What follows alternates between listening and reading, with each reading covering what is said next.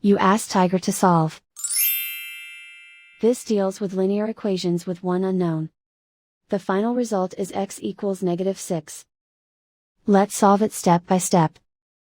Simplify the expression. Expand the parentheses. Multiply the coefficients. Simplify the arithmetic. Expand the parentheses. Multiply the coefficients. Simplify the arithmetic. Group all x terms on the left side of the equation.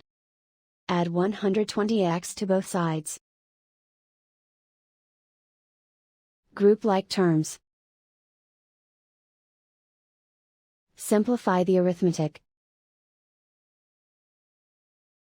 Group like terms. Simplify the arithmetic. Group all constants on the right side of the equation. Subtract 600 from both sides. Simplify the arithmetic.